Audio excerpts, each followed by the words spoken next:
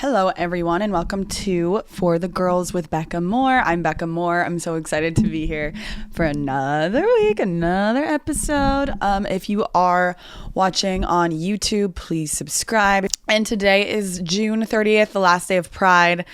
I have to say, I am very tired. So I am a little bit ready for June to end. I feel like June is just a big month. It's my birthday month, and I feel like summer's kicking off, so there's a lot of things happening. And Pride Month was just like, oh my God, I'm drained. Today is Monday. I went to the Made It Out Pride party on Saturday, and I had the best night of my entire summer, and I don't say that lightly. It was like the best party ever. It was so fun, especially being with like every lesbian from the internet, like hanging out with them was so fun. I went on the new Made It Out show, Out for a Drive, and it was literally so fun. I think we filmed that a week and a half ago. It was like the best day ever. I was there for like 6 hours, and then they told me to come to their annual Pride party. And first of all, I'm still exhausted. I stayed up until 6 a.m., which I don't do that. And if you know me, like one of the first core things about me is that like I need a routine, and I like to go to bed by midnight. Like I get anxious about staying up late.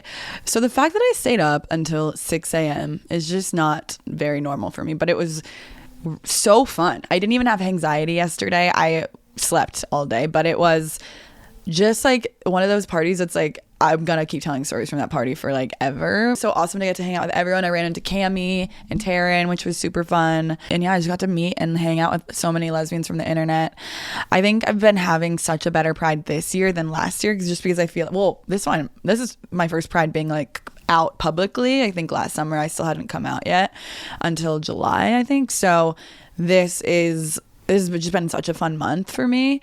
And also hanging out with lesbians after, like, while being single is so fun. I feel like I love the LA lesbian community. It's just like, especially being in it now that I've gotten to know the characters after a year, it's been so fun to get to interact with them in real life. That party was just like so fun. They rented out this vintage car place, and we were there from like 6 until, I think I was there until like midnight or 1 a.m. and then we went to their house after, and then we played Spin the Bottle, and I kissed a bunch of random people.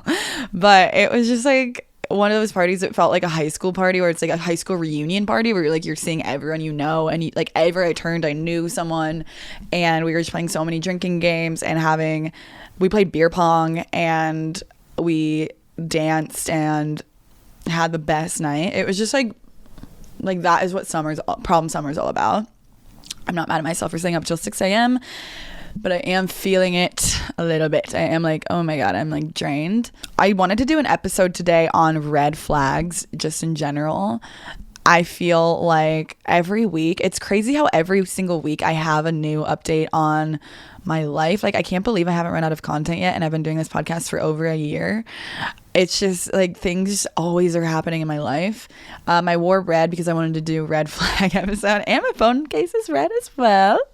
And I honestly, this episode was inspired by this text that I got from someone that I used to know, because like of this text. Like, honestly, I am not thrilled with the text I received, and I wanted to talk about it and dissect the text and talk about red flags. I think there are a lot of signs in early dating, or like knowing someone, that if you spot them and you recognize them, that you can easily let go of that person and save yourself like potentially years of pain. And if you got married to that person, God forbid, holy shit. Spotting red flags early is a great way to save thousands on divorce paperwork. So let's do red flags 101. I asked you guys on Instagram to submit your niche red flags, but I wanted to talk about the text that I received this week. And also I should do a general life, like love life, I guess, update. If you listened to my last episode, I talked about how there was someone in my life that was sad about my dating content, and like they didn't appreciate me talking about other people that I've been dating. And I totally understood that, honestly, when I heard that, because I do talk about my dating life and I am like open about it, especially, but I think it's important to do that in my scenario, and like for anyone else that wants to do it, it's just kind of fun. But I also think that like it should be talked, especially as someone who realized that they were bi like late in life. I mean, not late in life, but like, I mean, I'm in my mid-20s. It's kind of, I don't know, it's kind of a unique situation to figure out now. And then I had my first relationship with a woman. We all know this, breakup. And then I'm back in the dating game now. And I think I'm just at a very interesting and pivotal part of my life, especially when it comes to dating, because I'm in new territory.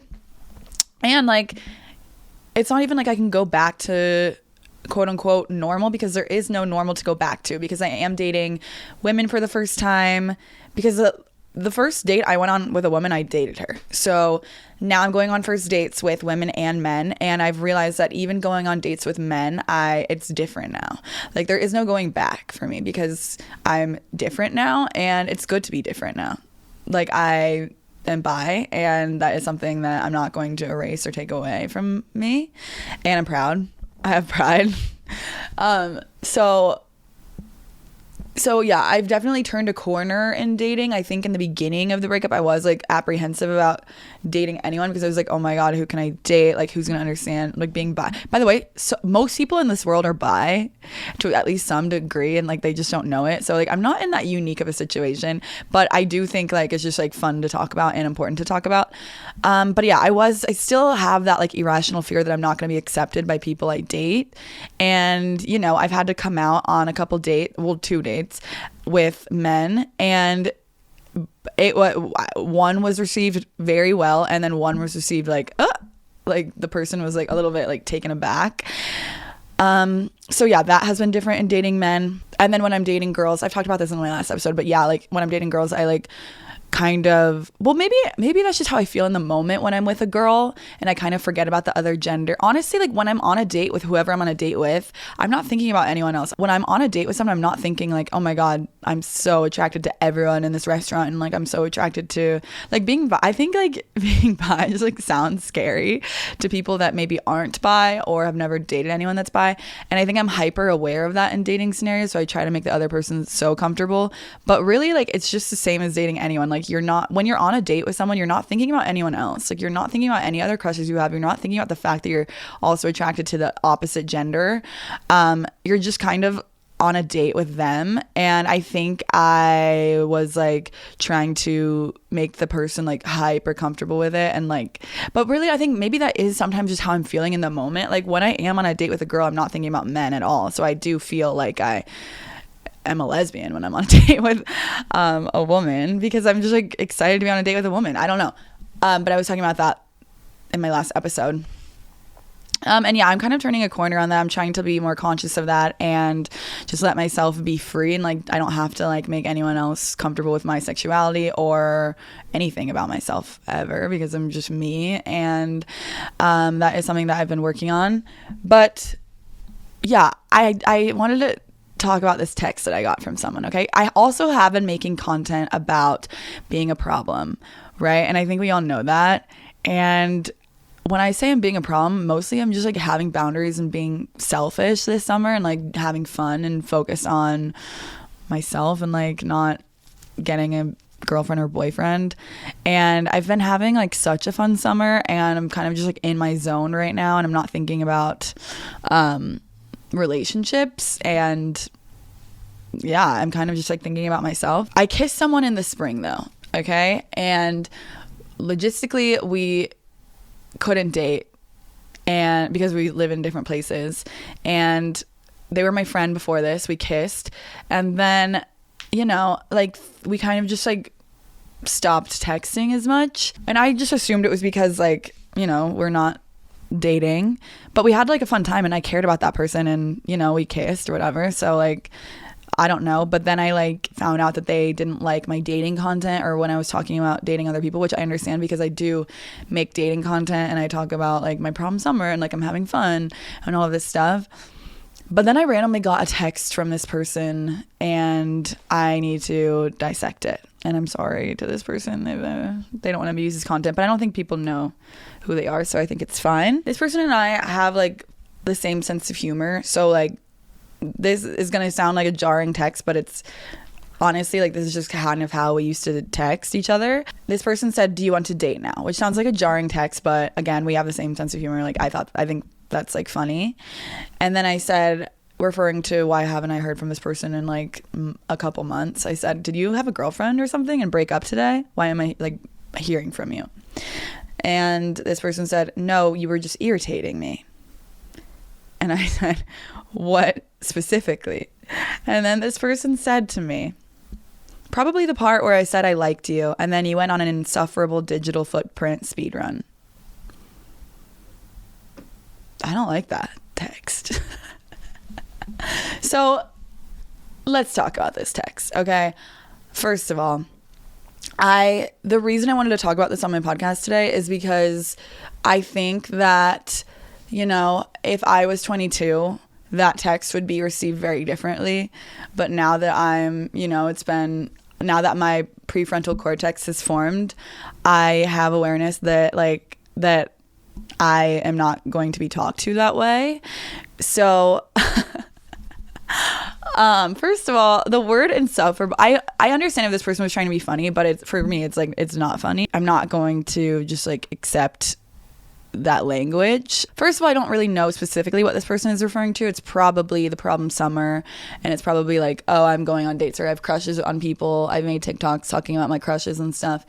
And let's just like think about this text for a second. The first line was, I told you I liked you, and then you went on an insufferable, well, that's the entire text. I basically have it memorized right now. But then you went on an insufferable digital footprint speed run. Just because someone said that they like me, it does not mean I owe them anything. And also, we were never dating. And I thought that it was understood on both of our parts. We had a conversation about it that we weren't going to date.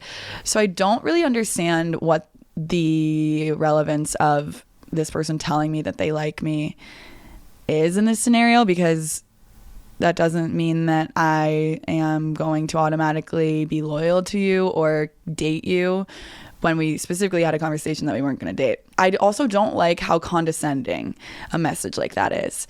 I have free will. I'm allowed to post whatever I want. I'm allowed to talk about whatever I want. And that's just kind of me. That's who I am. I do social media for a living, and also I like to talk about my life, and I'm not going to stop talking about my life.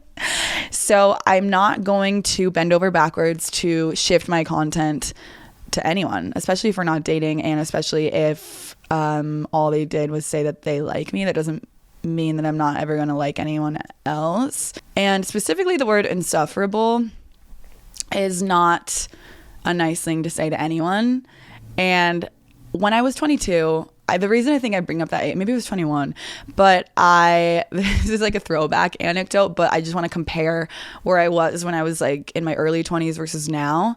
My senior year of college, Barstool Smoke Shows posted a photo of me, and I gained like 4,000 followers, I think. Like, I gained a lot of followers from that. That was like back in the day when Barstool Smoke Shows was like, I don't even know if Barstool Smoke Shows is still a thing.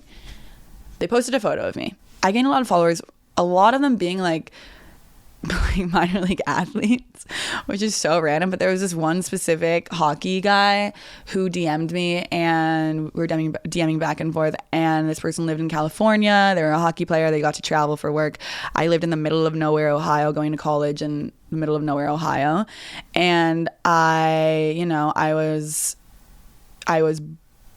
life was just so, before that, like, I didn't have access before this to like people that were like athletes, or like, I mean, this person was verified before you could pay to get verified. So it was like, I felt special that this person who was a couple years older than me, and like obviously had more money than me, and like lived in California, like just living in California, to me, that felt like crazy. And my life has just been so one-dimensional. And then to be talking to someone that made me feel like I was like special, because I was like, I don't know, it was just like a weird time in my life.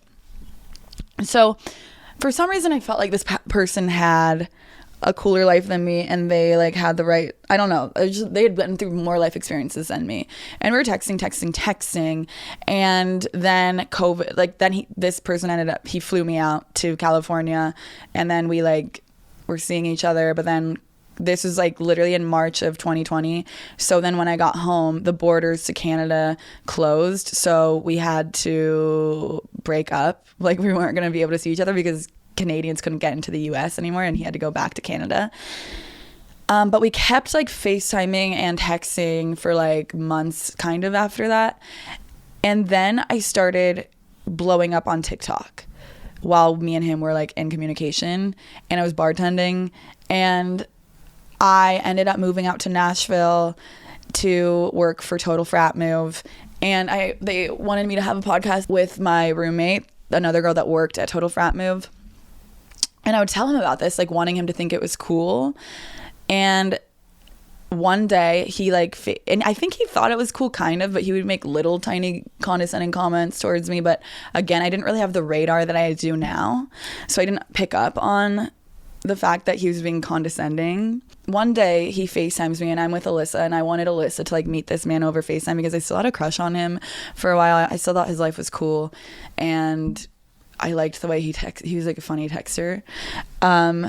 So we're FaceTiming, and he's with his like hockey roommate or something. I don't know who the man was that he was with, but the vibe shift between when he was talking to me when he was not with his friends versus in front of his friend, it genuinely made me sick. He talks about me on the FaceTime saying, this is a girl that like thinks she's doing social media for work. That's like his vibe that he was like saying on the FaceTime call. And then the boy, his friend in the FaceTime was like, oh my god, like that's how he was talking to me and Alyssa. He was like, ugh. He was like, I bet you like listen to Call Her Daddy, like I bet you want to be an Instagram thought. That is how he was talking to me. And the guy that had flown me out was letting his friend talk to me this way on FaceTime. So I literally hung up and I sent him like a angry paragraph, and I was like, you can't be condescending about what I post on Instagram or my job, because again, this is my job right now. And he didn't answer me. I'm like, but I remember feeling guilty back then, and I did kind of want to tailor my content to being more, I don't know, like I didn't like it. Made me, even though I was still like defending myself, I've always been the same. I've always been a little bit feisty with men like that. But I still had a little seed of like doubt about myself. And I still was like, oh my God, maybe like these guys are right. They're making fun of me to my face. Like that is bold to make fun of me to my face. And then to not reply to my like long paragraph being like, you can't talk to me this way. I just felt invalidated. And I felt like maybe I was being crazy. By the way, never talk to him again. He still adds me on Snapchat sometimes. It's so random. I don't know. Really weird. But like, because I blocked him, I think. No, he blocked me or something. I think he got a girlfriend and then blocked me. But then every like month or so, he'll like re-add me on Snapchat. And I'm like, hey, are you looking at my Insta Thought content still? Because it seems like you are, and you have a girlfriend. So that's really ironic. So getting that text from this friend, the one being like, your content is insufferable, almost, it didn't really hurt, because I was like, oh, I know what to do in this scenario. Like I like making my content and I like what I talk about online, so it doesn't make me insecure anymore about what I post. Instead it makes me think that that person is insecure, and I mean, no one can talk to me like that. Like that just makes me like, I don't care who it is. I don't care if we were friends. I don't care if we dated for a year. I don't care if we never dated. I don't care if I've known you for 3 days or 300 years. No one can talk to me like that and still expect to be in my life. That is just not acceptable to me. And that is a red flag. Like, I don't care how I thought of you before. I would never say that to anyone. Even if I thought it, I wouldn't say it to anyone. So I just think that that is such a good reminder that even if someone was your friend and if they neg you like that, that is a red flag. Being negged in general is a red flag. And, you know, I know I talked about the person that I went on 3 dates with before, and I just want to like update you on that. I've also let this person know that I didn't really want a relationship right now. And I think it just like speaks to the growth of like what I said was true. When that person, I don't know, the person that I stepped on a bee with, the Malibu date person, if you've been watching my other episodes, and if you haven't been watching my other episodes, you definitely should, because like there's so much random tea in there. But yeah, basically like TLDR, if you aren't updated, I went on like 3 dates with someone, stepped on a bee then I didn't hear from them for 5 days, and then they like apologized and like basically admitted to the fact that they were trying to play hard to get, and then they were very direct and they were like, I want to see you. But just the fact that I didn't hear from the person for 5 days, and like, I'm not gonna lie, like when I stepped on a B, the person didn't seem to like be very like outwardly caring or worried about my pain level of like stepping on a B. And to me, that was just like a little bit of a red flag. And then just not hearing from them for 5 days, my feelings completely shut off, and I've been unable to get it back, my feelings for that person. So I let them know, like, I'm not looking for anything right now, but you're great. I don't know, I would rather just hang out with my friends. I think that I am proud of myself for trusting myself and knowing that when it's over, it's over. I'm not doing like a strike system. I'm not doing like, you know what, I need to beg for someone's apology for saying that my content is insufferable. I'm just moving on and not looking back. I think that especially now that I have clear boundaries and I respect myself, I'm not accepting behavior, and I don't think you guys should either. You shouldn't accept behavior from people that makes you feel, or that is aimed to make you feel less than, especially if you're so sure of yourself. I mean, I make money. I'm no one can, like, my life is just kind of secure right now, so I'm not insecure about my life, and I don't need anyone romantically in my life. I'm also just busy, so dating someone right now just feels stressful. But anyways, yeah, no one is allowed to talk to me or treat me badly anymore. So I'm going to read off some random red flags. Sometimes like music taste is kind of a red flag to me. Like someone that really loves like Zach Bryan or Kanye West, for some reason that's a red flag. I get it. Like I like Zach Bryan's music, but something about that, I'm also a Swiftie, so I'm like, I don't know. I'm definitely Team Taylor. I did one time get in a fight with this guy on a date a couple years ago because he was like defending Kanye West, and I was like, and he was wearing a Kanye West shirt. Wait, that's what it was. He was wearing a Kanye West shirt on our date, and I was like, I'm sorry, if you like Kanye West, that is the hugest red flag. What? Like, you can't, that's not a normal thing to like right now. Like, I don't know. So yeah, we got in like a little bit of an argument on the date because of this person's affection for Kanye West. It's constantly poking fun at you. After a while, they probably aren't joking. Yeah. Negging in general is just elementary school. Like, no one should be negging that much. Like, I do like to be teased, and I think it's funny. But when it gets to a degree that's like, oh my God, I feel like worse about myself when I leave hanging out with you. That goes for friends and romantic relationships. You should feel energized after hanging out with someone. You should feel happy and better about yourself. You should not feel drained or insecure or not equal to that person or smaller. You should also feel secure. And I also think that like if someone likes you, you'll know. So that's just a basic red flag, is like if they're not matching your energy, or if you feel like you're the one always reaching out, or if you feel like you are like feeling like anxious about whether or not they like you to a degree. I mean, it's normal to have like kind of like a little bit of jitters in the beginning of like, oh my God, does this person like me? Like, that's fun. But if it's like you're like leaving on, like if you're leaving like a date and you're like, I don't know, I feel like that person like doesn't care if I live or die, that's a red flag. Also, watch out for the way people speak about their exes. So if in the beginning an entire date is spent talking shit about someone's ex and they're unable to like see the other side, they're unable to say anything respectful or anything nice about their ex, and this is a topic that is like taking up like a chunk of a first date. And if it's like this person is evil, or like this person blah blah blah, like even if the person was evil, I think that it's a green flag if the person can, like, at least on the first date, you kind of have to like smooth over like your interpersonal drama. Like you kind of have to like be rational, or like just look for rationality, especially if you're on a date with a man. Something about a man slandering a woman on a date is not good.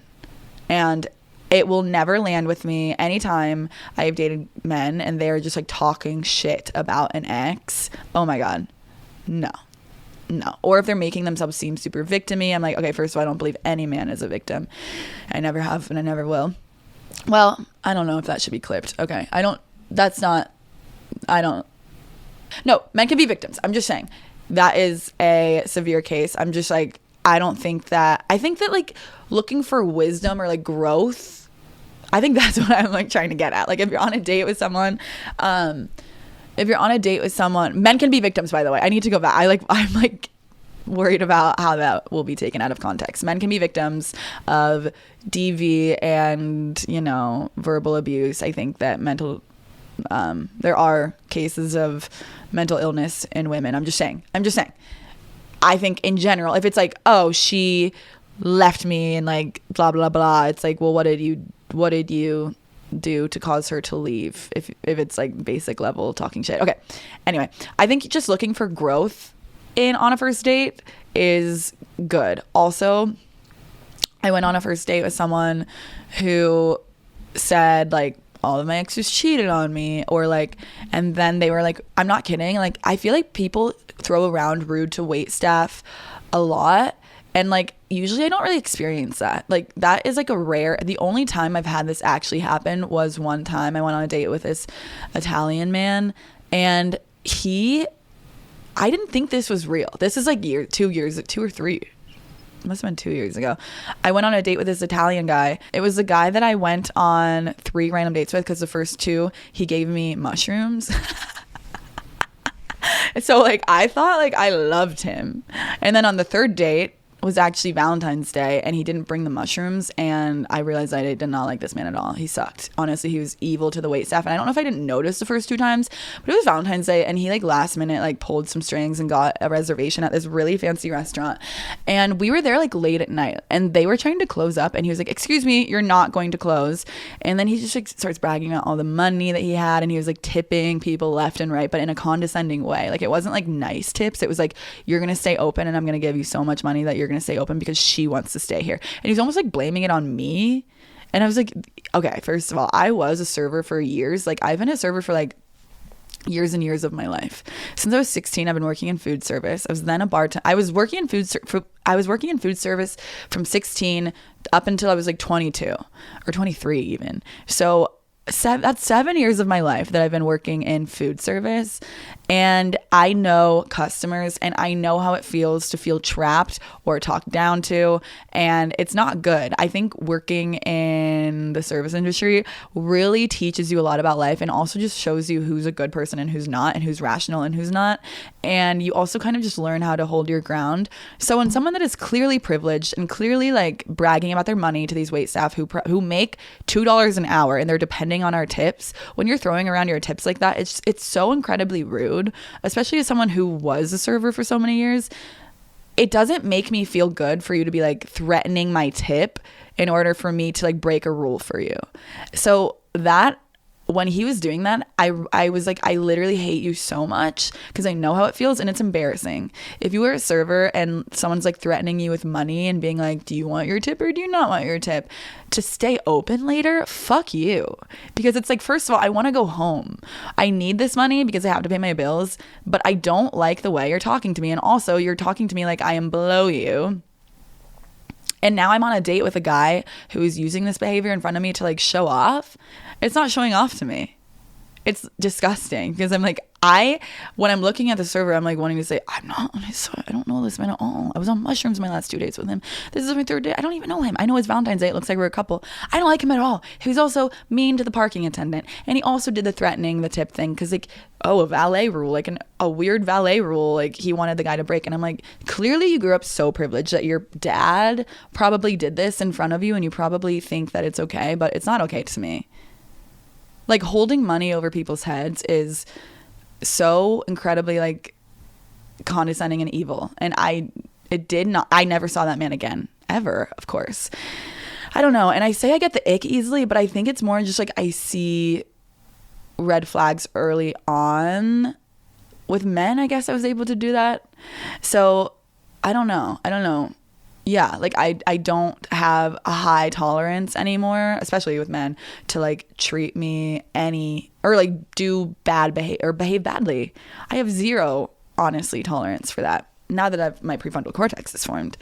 I think in my last relationship with a woman, I think that because I hadn't been in a relationship with a woman before, I kind of like, I kind of just like swept random things under the rug. But now that I've finished my first relationship with a woman, with like dates I go on with women, I'll be able to like spot those faster because now that I have the knowledge that everything should be the same with women and men. Like my red flags with men should be the same with women because it's the same behavior, and you shouldn't like bend your own boundaries and tolerance just because you're in your first relationship with a woman. And that is my tip to baby gays is have boundaries and remember that you are worthy even if you are dating someone that is not a baby gay. Like it doesn't matter.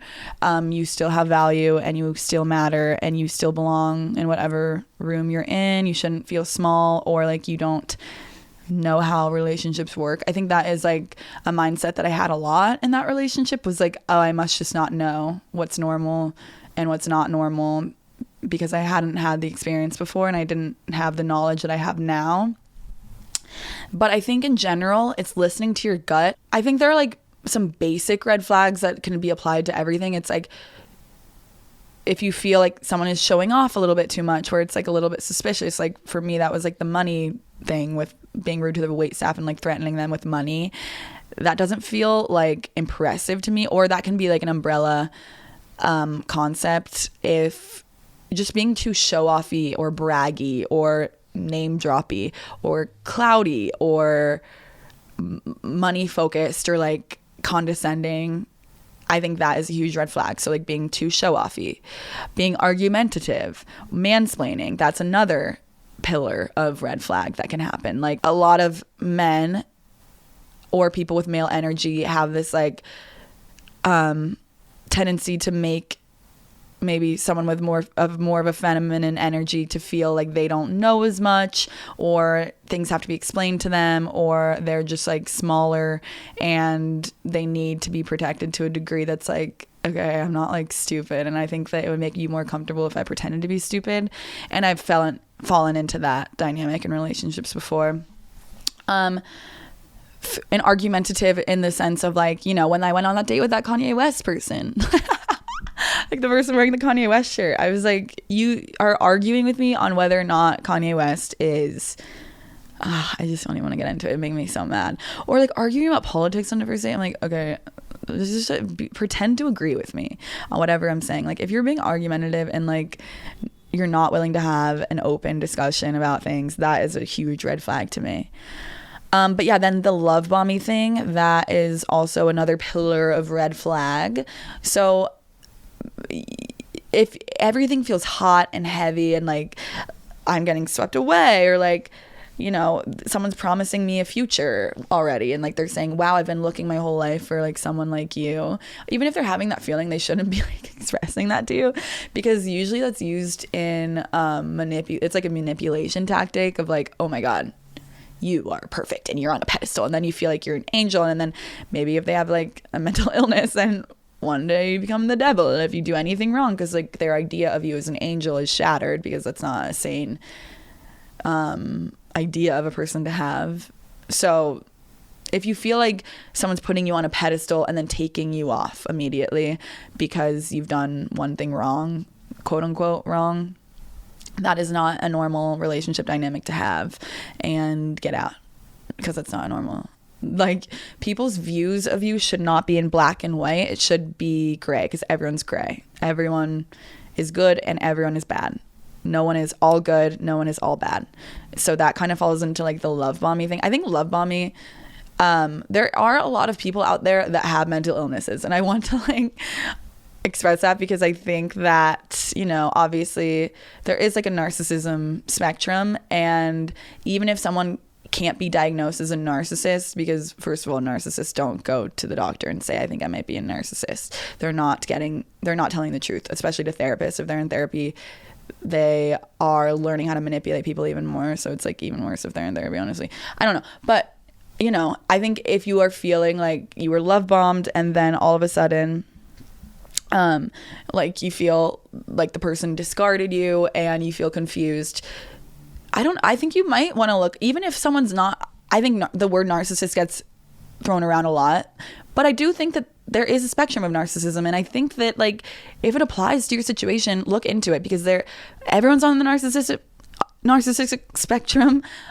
But if you're suffering from the symptoms of that, you don't have to like go in circles and be like, are they a narcissist? Are they not? It doesn't matter if they're acting in a narcissistic way.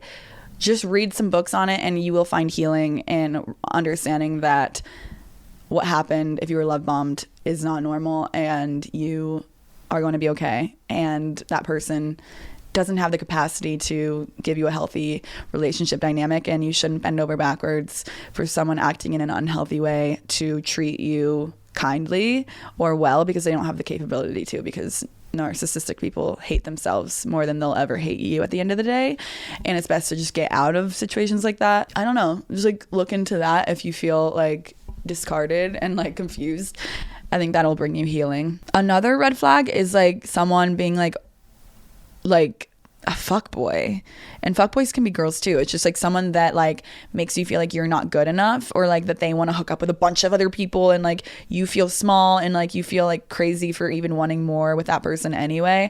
A lot of fuckboys are really charming, and they have a way of making you feel like, this is like a vibe of person that I interacted with a lot in college, where like a lot of people in college are really only interested in hooking up, so it felt kind of normal at the time. But like I've realized that I haven't really interacted with people like that in years, I think, and it's because I think my own standards have changed. But this is something that a lot of girls in college, I think college age, deal with, and probably into like late 20s and maybe 30s if you haven't like outgrown that mindset. And I think it is hard to break, but like when you are feeling insecure, I think that is when people are more susceptible to the trap of a fuckboy. Maybe like you meet them at a bar and like you guys are like, oh my god, why are we like so obsessed with each other, like we're having the best night ever, and you feel like you're special, you feel like a spark with this person. And really, like honestly though, now that I've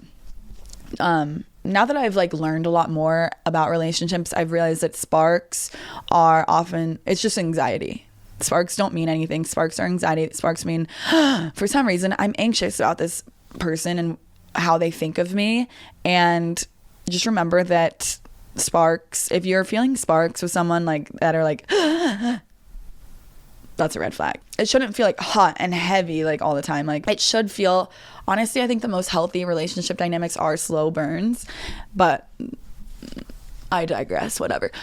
A fuckboy is someone who like, you'll feel a bunch of sparks usually, and then you'll go home with them maybe, and then you'll hook up because you wanted to, like whatever, but then you won't ever hear from them unless it's like the weekend and then they like just want to hook up with you, and then you feel like you were crazy for having a crush on this person or thinking that you were special enough to have the right to have a crush on this person. But I'm here to tell you that having feelings for someone is very normal and healthy. You don't need to lower your standards in order to fit into someone else's life. So if someone is looking for just a hookup and you don't usually do that, but you really like this person, I would really encourage you to give up on that person, because someone that's just looking to hook up isn't going, I'm really mostly talking about men, but this can apply to women as well. You shouldn't do that. You shouldn't feel like you have to hook up with someone because you want their attention and you think maybe if you hook up with them enough times they will want to date you. That is like a behavior that I did when I was 18, 19. The person that took my virginity, I would hook up with them every Friday and Saturday night for like 2 years, guys. Like it was bad. And guess what? We never dated. And then I realized, I think that the thing that kept me coming back was just the hope. It was like I've used this metaphor before, but I was just a dog chasing a car, in the sense that like a dog will chase a car, but it's just going to keep chasing because it thinks that something's going to come of it. But really, once it gets the car, nothing happens. Everyone is just people. Don't put someone on a pedestal because they don't want to date you. And don't keep hooking up with someone because you secretly want to date them and you think if you spend enough time with them, maybe they'll want to date you, because it doesn't work like that. Fuckboys are everywhere, but it is crazy because once you have higher standards and you admit to yourself, you know what? I want someone that is serious about me. Like I want someone that is being direct and showing interest in me and doesn't make me feel small. They disappear. The universe takes them out of your life. I have not interacted with someone that like just wanted to hook up with me in a long time. because my own standards are just different now, and I don't even accept behavior that would give me the sense of that. So I don't have feelings for people that I have a feeling would only want to hook up with me. So I feel like once you level up out of that, and I think that is like something that a lot of girls in their early 20s are dealing with, but it lasts until you're ready to like unlearn it. Like then they disappear. Like as long as you are honest and transparent about, like, I'm not even sitting here saying like don't hook up with someone on the first date, because if you genuinely want to hook up with someone on the first date, go for it. I'm just saying, as long as you're being transparent about what you want and you aren't pretending like you just want to hook up and you're okay with just hooking up if you're not okay with just hooking up. If you actually genuinely just want to hook up with people, go for it. Hook up with all the fuckboys you want. But yeah, I think just be honest with yourself, and there is no award to be given for being a quote unquote chill girl. I think that is kind of just something that a lot of girls learn with age. So I wish I could go back in time and tell myself to stop pretending like that was cool with me when it wasn't. I think I used to accept a lot, like the bare minimum from people when I was like from ages, I don't know, 19 to like 21. I think that was like the peak of me being like, it's fine, I just want to hook up anyway, like pretending. Meanwhile, like taking scraps of like love from these people, and I just think I wish I didn't do that. So yeah, I think stand up for yourself and don't hook up with people if you secretly don't want to be just hooking up with them, and do not be a chill girl. If you find yourself constantly having to be chill with behavior that you are secretly uncomfortable with, which is something that my whole life I've struggled with, of like communicating instead of internalizing everything and believing I deserve behavior that I did not, now that I have a lot of therapy that I've been through in the past, especially the past year. I wish that I would have called out behavior instead of like keeping my eyes closed and not said anything, because it would have just saved me time. It would have just saved me heartache, and dragging things out makes everything hurt more. And I wish I just had spoken up for myself in not only romantic relationships, but friendships too. Like, I think that it's easier to close your eyes and pretend like you don't see anything, and that you're not noticing things, and that you are cool with everything, and that you are calm and rational all the time. But the truth is, you should listen to your gut. And if there is behavior being displayed that you are uncomfortable with, say something. If you see something, say something. Because there's no award you get for pretending to be cool with stuff that you're not cool with. So if you're on a first date with someone and they are, I don't know, making you feel uncomfortable, you are allowed to leave anytime. You're always allowed to leave. If you feel trapped, like honestly, this is something that came up even recently when that guy I went on a date with asked for 20 more minutes with me, and I said, okay. I wanted to leave. I already knew I didn't like this guy, but I felt trapped. Why? I wasn't trapped. I could have left. All right, well, I think I have to wrap this episode up because my SD card is full. But I just wanted to say, like, red flags are red flags are red flags. Regardless of gender, age, it doesn't matter. You are worth standing up for yourself. You are meant to be with someone that doesn't make you feel icky inside secretly. Like when you go to bed at night, if you're like, oh my God, why do I feel like I'm stupid and small and young and like my opinions don't matter, and then I'm being irrational all the time. And then you start turning on yourself, that is the red flag. And I think that you'll save yourself a lot of heartache if you end things quicker. Because that way, guess what? The faster you break up with whoever you're with, or the faster your situationship ends, the faster you get to meet the person that you're supposed to be with. The universe rewards you for standing up for yourself. Every time I've stood up for myself, I've never regretted it. So if you're having, even like the icks that you're getting, sometimes those aren't really icks, and they're actually just like a sign of something bigger. Like when I stepped on a bee and the guy didn't care, that to me, I know it sounds like a small thing and it's an ick, but to me that's a red flag, because I want to feel supported, and like my pain levels are like, I don't know, I just want to be in pain, and I want someone to care that I was in pain. And no one can make fun of my social media, by the way. That other person that said my social media content has been insufferable, that just tells me that person's insecure and they can't handle being with someone like me. So I'm not going to change myself. I'm not going to change what I'm okay with and what I'm looking for in a partner in order to bend over backwards for someone that was never going to be good enough for me, I guess. If you are insulting me in order to make yourself feel better, that does not go over my head, and I know what you're doing, and we're never going to talk again. Sorry. So yeah, I think that, yeah, just have standards, and I have to go, but I love you guys so much. Thank you for watching. Rate 5 stars if you love me. Even if you don't love me, I love you. And subscribe if you're not subscribed. I love you guys.